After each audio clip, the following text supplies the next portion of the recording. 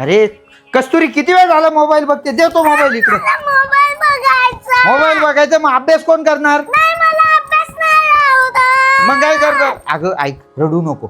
मी तुला आहे ना मोबाईल बघितल्याने काय होतं ते आज सांग. अगं जास्त वेळ मोबाईल बघितल्याने येड्यासारखं होतं आणि स्वतःवर कंट्रोल राहत नाही. पप्पा द्या ना मोबाईल, मला व्हिडिओ बघायला आणि गेम खेळायला खूप आवडतं. अगं बाई, ते मोबाईल सारखं बघून बघून डोळ्यांवर ताण येतो, वेगवेगळे आरोग्याचे आणि मानसिक विकार होतात. तसंच ते मोबाईलचे व्हिडिओ बघितल्याने आपण त्याच्याकडं आकर्षित होतो आणि रमतो. त्या मोबाईलचे गेम सारखे बघून बघून त्याचं व्यसन लागतं, आपण व्यसनाधीन होतो. व्यसनाधीन? अगं हे तर काहीच नाही. त्या मोबाईलमधून बाहेर येणाऱ्या निळ्या रंगाच्या प्रकाशामुळं तुमच्या मेंदूवर परिणाम होतो. झोपेची पूर्ण व्यवस्थाच खराब होऊन जाते. निद्रानाश किंवा असे झोपेचे वेगवेगळे विकार होतात.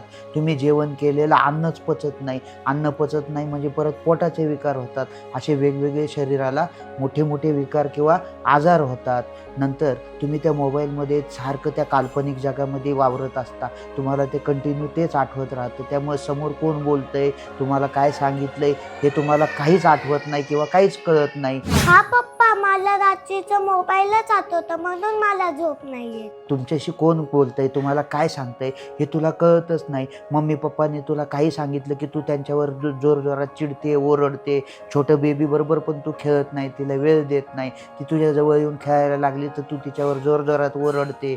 तसंच शाळेमध्ये ज्यावेळेस तुला शिक्षक लोक काही शिकवतात ते तुला कळत नाही, त्यांच्याकडे लक्ष जात नाही. अभ्यासात बिलकुल सुद्धा रस लागत नाही किंवा मन लागत नाही. हा पप्पा, मला पण तसंच होते. अगं ते मोबाईल आहे ना इतक्या डोळ्याच्या जवळ धरलेला जातो, त्याच्यातले जे क्ष किरण आहेत ते डोळ्यात जातात. डोळ्याला जळजळ होते, डोळे कोरडे व्हायला लागतात आणि एकदम इरिटेट होतात. अगं लहान लहान पोरांनाच लहानपणीच चष्मे लागतात. हो पप्पा, आमच्या खूप साऱ्या शाळेतल्या मुलांना चष्मा लागतो. तो मोबाईल हातात घेऊन सतत एकाच जागेवर बसल्यामुळे मुलांमध्ये लठ्ठपणा येऊ शकतो. स्नायूंच्या वेगवेगळ्या समस्या होऊ शकतात.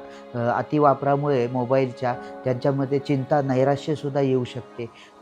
त्या मोबाईलमधल्या काल्पनिक जगात ते वावरत असल्यामुळे त्यांना शैक्षणिक तर सोडा, पण इतर क्षेत्रामध्ये सुद्धा रस उरत नाही आणि त्यांची कारकीर्द सुरू होण्या अगोदरच संपू शकते. म्हणून तुम्ही वेळेत सावध व्हा आणि होता होईल तेवढं तुमच्या मुलाच्या हातामध्ये मोबाईल देणं टाळा.